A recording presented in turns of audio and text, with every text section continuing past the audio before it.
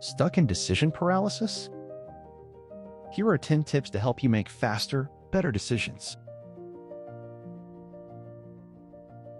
Good decisions at work are rarely about finding perfect certainty. More often, the problem is that we give every choice the same amount of thought, compare options using shifting standards, or keep analyzing long after we have enough to decide. The decision system gives you a practical way to match the process to the choice, make your reasoning clearer, and move from deliberation to action without being careless.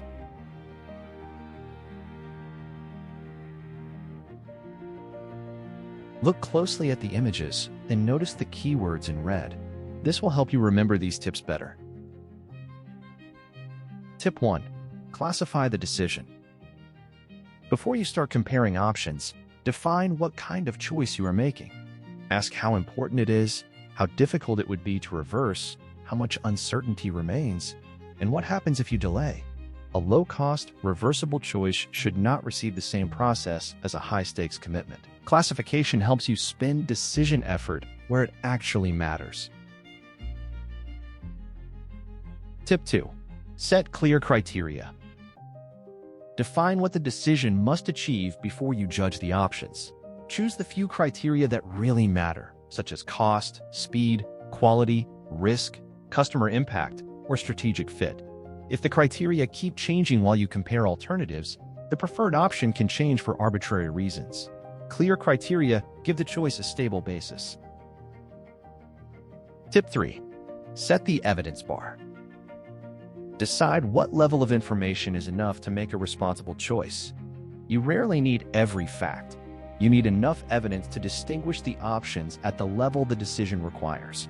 Ask what information could realistically change your choice. Once additional research is unlikely to do that, more analysis may be adding delay rather than value.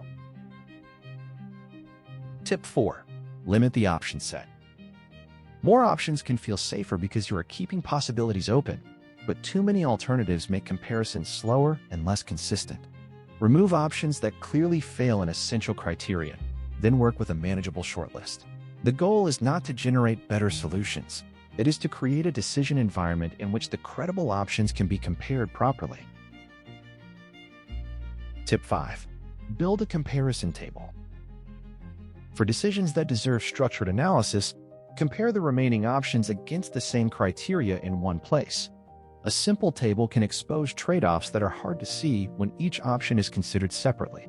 You do not need false precision or complicated scoring. The value comes from making the comparison consistent, visible, and easier to explain.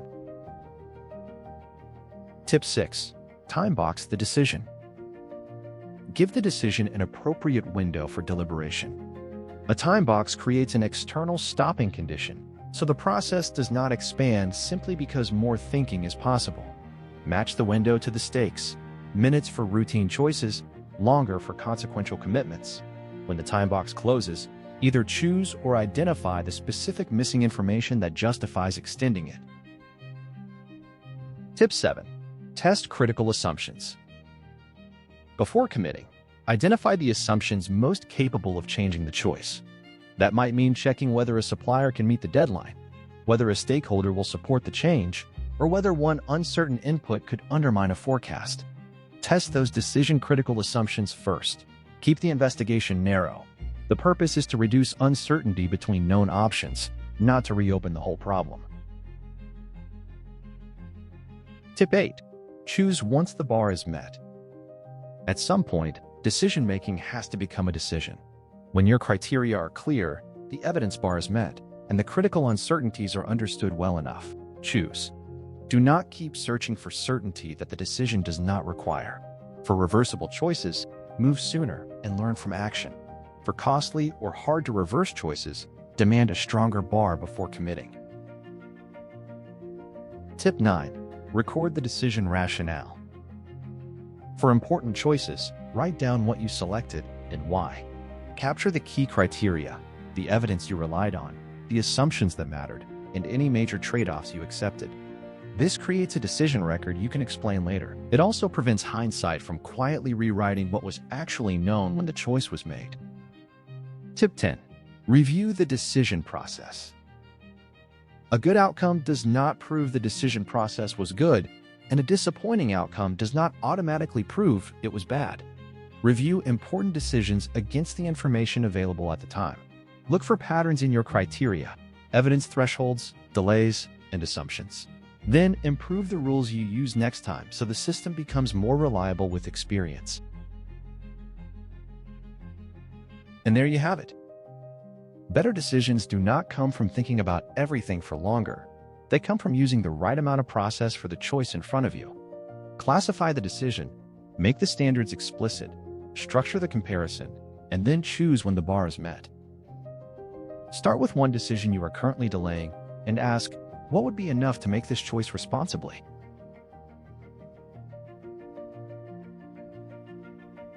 These 10 tips follow the 4D system architecture. First, define the problem so you clearly understand what's really going on. Then, decide the right direction and approach. Next, design the conditions that make success more likely. Finally, do the actions that produce lasting results. All 10-tip systems follow the same structure. 1 tip to define, 2 to decide, 3 to design, and 4 to do. Now you know how the 10-tip systems work.